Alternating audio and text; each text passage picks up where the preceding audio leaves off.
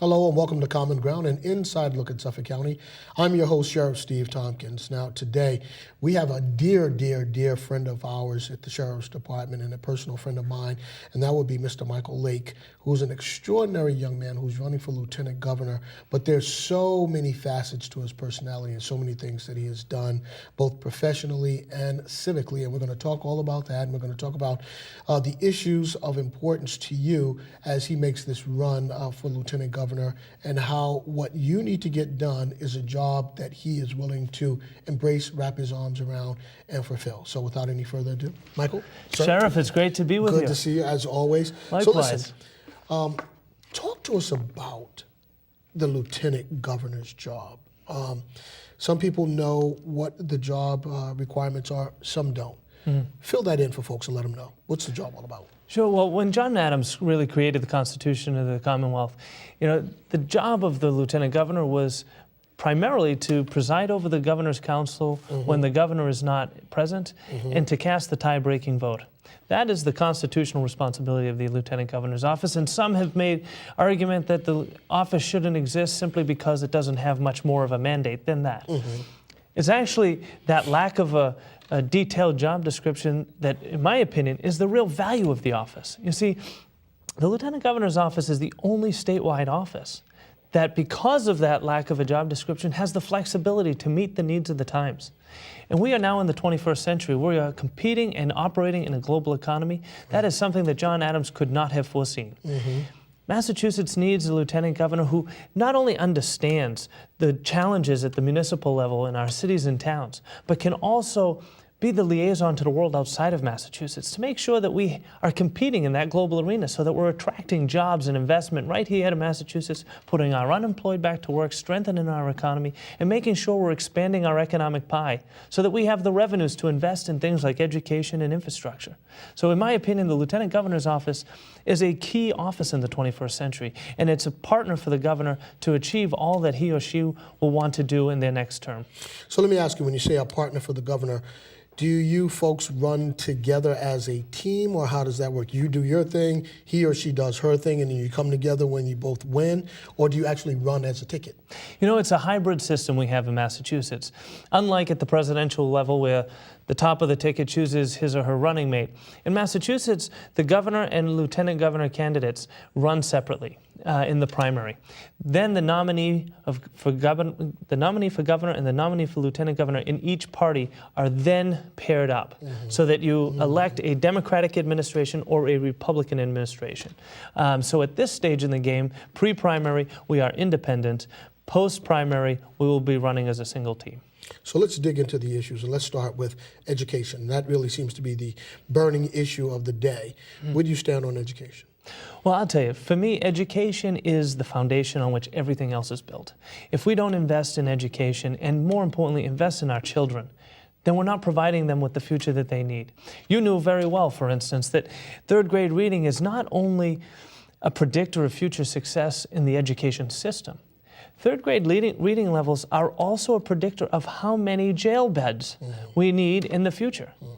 So our investment early, the sacrifice we make today and the investment we make in our children because of that sacrifice, is what will determine the future we have. So I believe that we need an education pipeline that starts with universal preschool education for every child in the Commonwealth, that stretches straight through to graduation and making sure that we're tackling our graduation rates, improving those rates and lowering our dropout rates.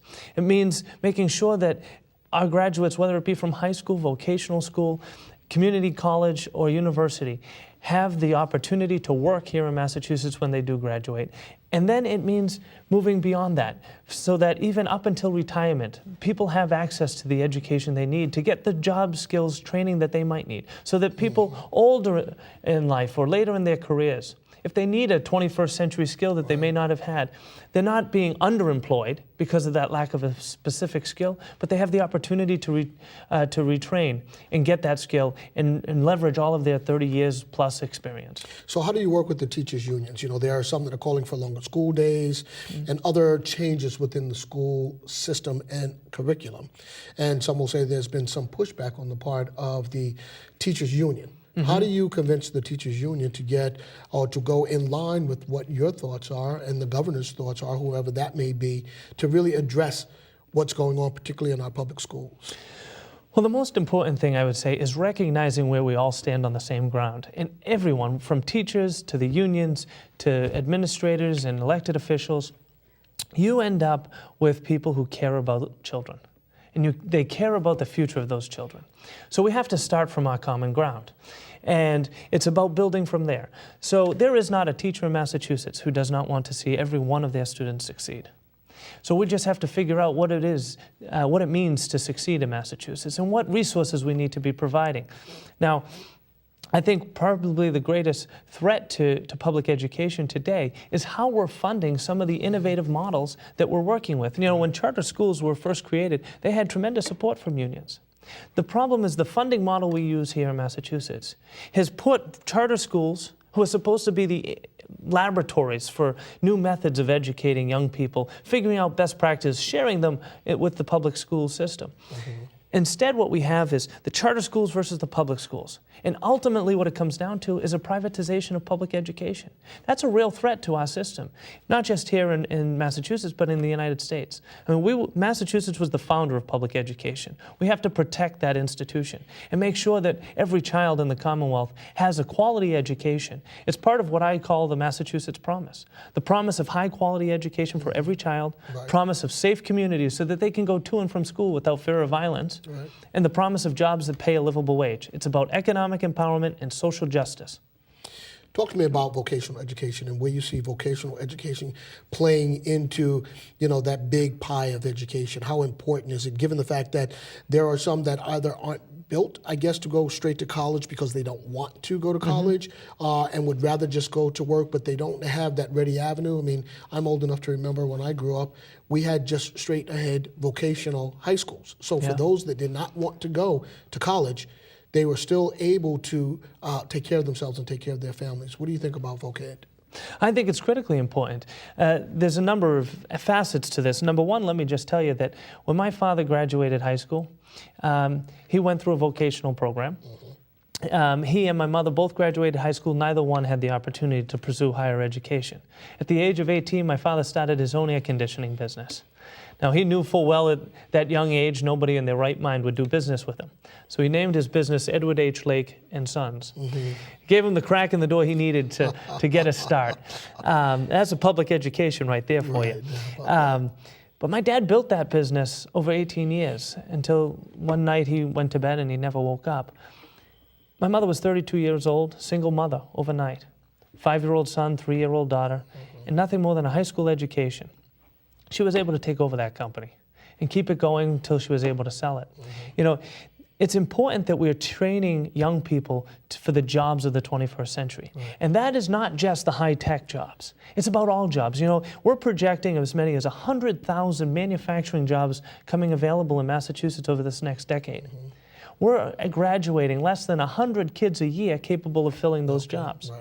So there's a huge opportunity there. And one of the greatest challenges, it's about convincing parents that there are opportunities in Massachusetts for manufacturing, and these are good paying jobs, $60,000 a year. So that's another important facet to making sure that we are training our young people to fit the jobs needs of the future. Two-part question, and it's around business and the economy. One, on one side of the coin, how do you work to keep businesses that are presently in the Commonwealth so they don't cross our borders and go to another state or neighboring state or further away? And two, how would you grow new businesses? Two great questions. You know, in terms of retaining businesses, it starts with actually retaining talent that businesses need. We see that 52% of our college graduates just in the greater Boston area leave almost immediately upon graduating. Now, up until the organization that I run called Leading Cities, I did a research on this very issue. It was commonly cited that cost of living and climate were the top two reasons why young people left. What we have learned is that the data shows a very different picture. What's that? The data shows that people are leaving because they don't have a job. Or they don't have hope of a job, even more importantly. So the number one destination of young people from Massachusetts who graduated from one of our institutions is New York City, by a factor of 3. Now, it's a higher cost of living in the same climate that we have. But they're going because they believe that there's a job there for them. So you're losing young people on the hope and a prayer. Now, that's something Massachusetts can do, and we can do it in 2 ways. Number one, integrating our students into the community while they're students, so that they're building a professional network, a network that they can leverage to get that job when they do graduate, because that becomes their anchor. And you know something? You can't pack up that network and take it with you to New York or California. So it becomes the anchor we need to keep them here. But it's also about making sure that, coming back to the vocational education, I'm a graduate of Northeastern University. I think Northeastern University has the right model. It's about integrating students into that community, giving them on-the-job experience so that they can not only build the professional network, but build the job skills that they need. That's a model that we can be expanding not only to vocational schools, but to our high schools as well. Now, you cited New York and you cited the cost of living in New York City, but there are a lot of folks that come here to go to school but cannot afford to live here, principally around the whole issue of housing. Now, how would you create more low and moderate income housing that will keep some of this real good talent here in the Commonwealth and not fly off to New York or other destinations? Well, I support Governor Patrick's plan to increase affordable housing units in Massachusetts. More than 10,000 is needed. I mean, we have a real supply issue in Massachusetts. But there's also a transportation issue, because there are affordable housing opportunities for people further outside of the city. Building the transportation network that is necessary to access them. So it's about providing mobility. And it's not just between job and home. It's about moving products. It's about, more importantly, economic mobility, so that we're giving every person an opportunity to move up the ladder.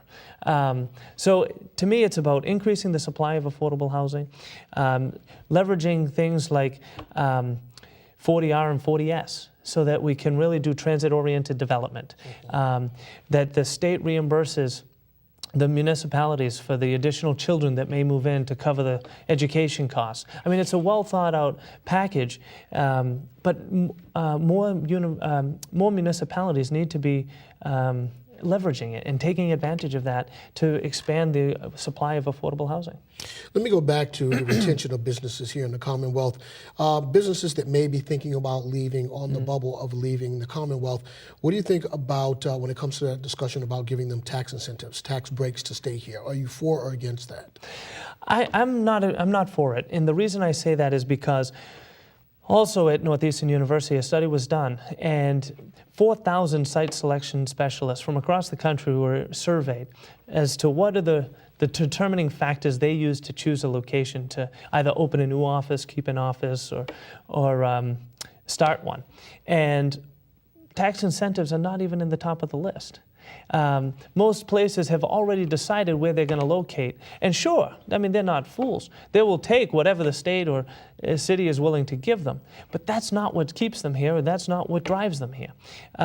What it is having access to the talent they need, having access to the resources they need, having the infrastructure in place. So to me, the state gets a much better deal when we invest in the infrastructure. Because whether that business stays or goes, in the long term, the infrastructure is here. It's an investment we've made in our community rather than an investment we made in a particular industry or business. When you talk about communities, I'm going to shift gears a little bit on you and talk about our major urban centers, principally populated by folk of color. And clearly from the perch that I dwell on, public safety, what is it that you would do to address youth violence, domestic violence, and the need for more mental health beds and detox beds? So I think the mental health issue is a major issue. Now, we have decreased our spending in Massachusetts on mental health more so than any other New England state. Now, this is, I think, a broader problem. It applies to what you've just asked, but it applies to many other things as well, which is the fact that we're investing more in the symptoms than we are in the root causes of the problems that we face in Massachusetts. So I'm proud of the fact that we have led on issues like equal marriage, that we have led on health care as a human right. But a place like Texas is understanding before Massachusetts that it's better to invest in people than in prisons. No offense, Sheriff.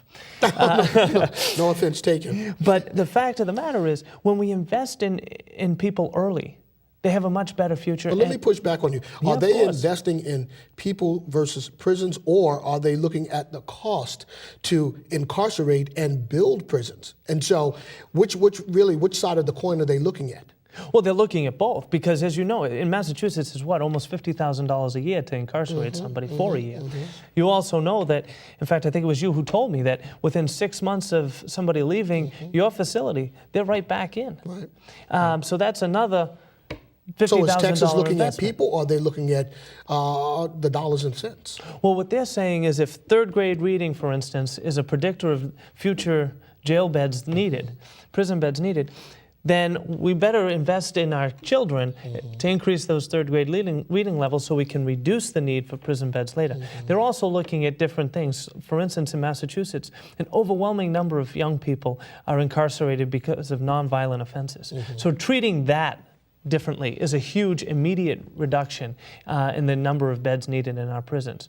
So addiction, in my opinion, is, as far as I know, the only medical illness that we treat with jail time, when you think of it that way. Yep. So an investment in mental health facilities, in detox beds, that's the right approach. That's investing, what I say, in people, in their root problems, the addiction. It's not about incarcerating them, because you know the future of someone who has been incarcerated. You take an uphill battle and you turn it straight up. When they leave your facility, they have no home, they don't qualify for subsidized housing, they have no job.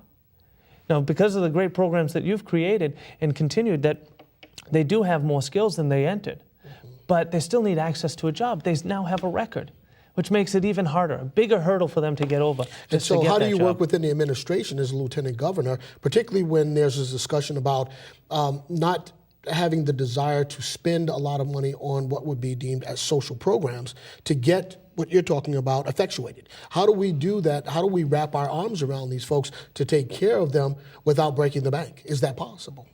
I believe it is possible. One thing I can tell you, homelessness is another issue that ties right into all of this. The average age of a homeless child, and this year in Massachusetts we'll have more than 20,000 children who are homeless. The average age of which is 8 years old. That's a third grader. So what is that third grade reading level going to be when they're bouncing from school to school? It's very low. Now, 10 years from now, that child's going to be 18 years old. And our expectation as a society is that they're going to be graduating high school and either going into the workforce or pursuing further education. That's not the path that they're on. So if we invest in families now, and by the way, by putting them in a motel or in a shelter at $80 a night or $120 a night with services, we're only addressing the symptom being homelessness. We're not addressing the root cause. Now, there are organizations out there that have already found that with on average a $662 grant, you can prevent a family from becoming homeless in the first place. So tying this all together, what can the state do? The state can use a system like social impact bonds, where it allow investors, people from the community, to invest in a fund that would provide grants to families who are near homelessness. And if that grant prevents homelessness, it is a cost savings to the state. The state spends, as I said, over $80 a night. So that cost savings then goes back to the investor, or at least part of it goes back to the investor as a return on their investment in social impact bonds. So there are creative ways that we can be doing this. To address the problems of the 21st century, we need to be thinking outside the box, which is why we need a new generation of leadership. It's an opportunity for Massachusetts to continue our pursuit of excellence, to make sure that we are providing a commonwealth, a society for every person. When you talk about every person, talk to me about health care. Where do you stand on that issue, which is a burning issue of the day? It is. You know, I'm sure you're aware that our state budget, more than a third of the state budget is already being spent on health care. I believe that our process, it is a process. You know, we have made health care a right for every person in the Commonwealth. And we are moving from coverage, which was the first step, to now cost containment, which is the second step. And then the third step is quality, making sure that we continuously focus on improving quality of health care. Now, a big issue with healthcare, in my opinion, is the cost of doing business, call it. You know, 25 cents on every healthcare dollar is spent on just collecting that dollar. In fact, Tufts Medical Center, just down the road, has a staff of over 500 people who are employed to do nothing but chase down the money they are owed. You know, from the insurance companies, from Medicare, the system is too complicated. So the Insurance Commissioner of Massachusetts today has the authority to create a single payment system that would streamline this process, reduce the costs necessary. I would rather see 500 more nurses at Tufts Medical Center than 500 people who are pushing papers to try and collect a dollar. But that also reduces 25% of the cost of healthcare overnight. That said, how do you get more people enrolled? How do you get health care to more folks? That's the important thing. You know, not only in the Commonwealth, but across the nation, the burning issue, along with education, public safety, is health care, the cost of health care, and the access to health care. Accessibility is the biggest issue, not just in health. There's access to jobs, access to economic empowerment and capital and whatnot. In terms of health care, what can we do? We can make sure that there are transportation, and it comes back to transportation. There are modes of mobility that would allow a person to get to and from a doctor. It's about reaching out into communities to bring the awareness of their healthcare options to them, and then making sure that once they have the healthcare coverage that they deserve, that they have access to the doctors that they need. I think some would push back on you and say, although you're right, they want to drill down. I'd like you to drill down a little bit more in the actual delivery of the healthcare. Let me address it this way.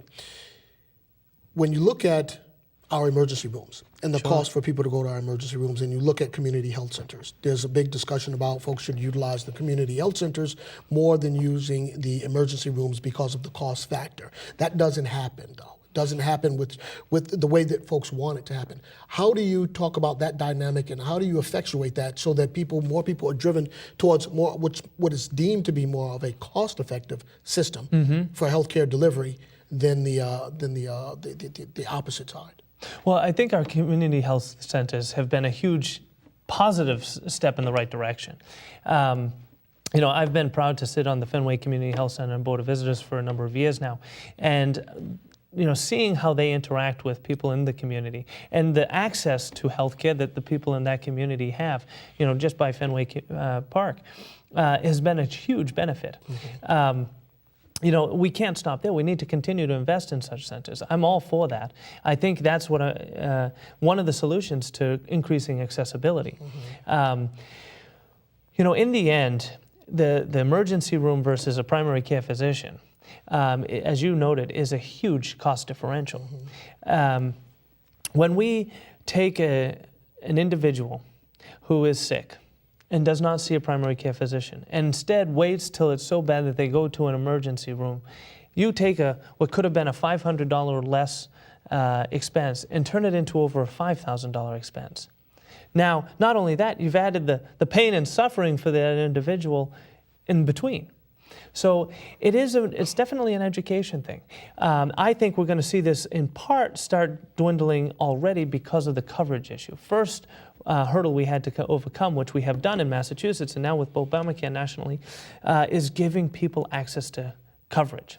Now that they have the coverage, they need to know how to use the coverage. And they need to value their primary care physician and work with their primary care physician. The primary care physician cannot do anything for somebody who doesn't tell them him or her that they have a problem. So it's building that relationship between patient and doctor that will take some time. But I think just a natural progression in terms of having coverage and then having the care and the access to care is the next step. You know, Michael, unfortunately, we're out of time, but we have to have you back because there's so much more that we can talk about on That all went of by these fast. issues. It's the fastest 22 minutes of your life, frankly, when you come on the show. But in closing, I understand that you were the first to get your 10,000 signatures in and a week early. That's Is correct, that in yeah. fact? We submitted our signatures, more than 15,000 collected in over 260 communities across Massachusetts. It shows the strength of our grassroots organization. I am a true believer in grassroots organizing. I'm a student of Mike Dukakis, who I'm very proud to say for only the second time in history has endorsed me in this primary. But I learned from Governor Dukakis that when you build a grassroots organization, you build an organization that can really make a difference in an election. That it's not about just spending a lot of money, it's about working with people and talking to them one-on-one, building those relationships and building that infrastructure to do things like collect so many signatures. Well, listen, we wish you Godspeed. We'll be watching, you know, and we'll see what happens when we get to the convention and then beyond, get into the primaries. And so good luck to you, sir. Thank you so very much for coming on. Thank you very much, Sheriff. Great to be here. Okay. All right, folks, we're going to go to a break, and on the other side, we've got gubernatorial candidate Charlie Baker here, and he's going to talk to us about those burning issues that are of major importance to you. Please do stay tuned.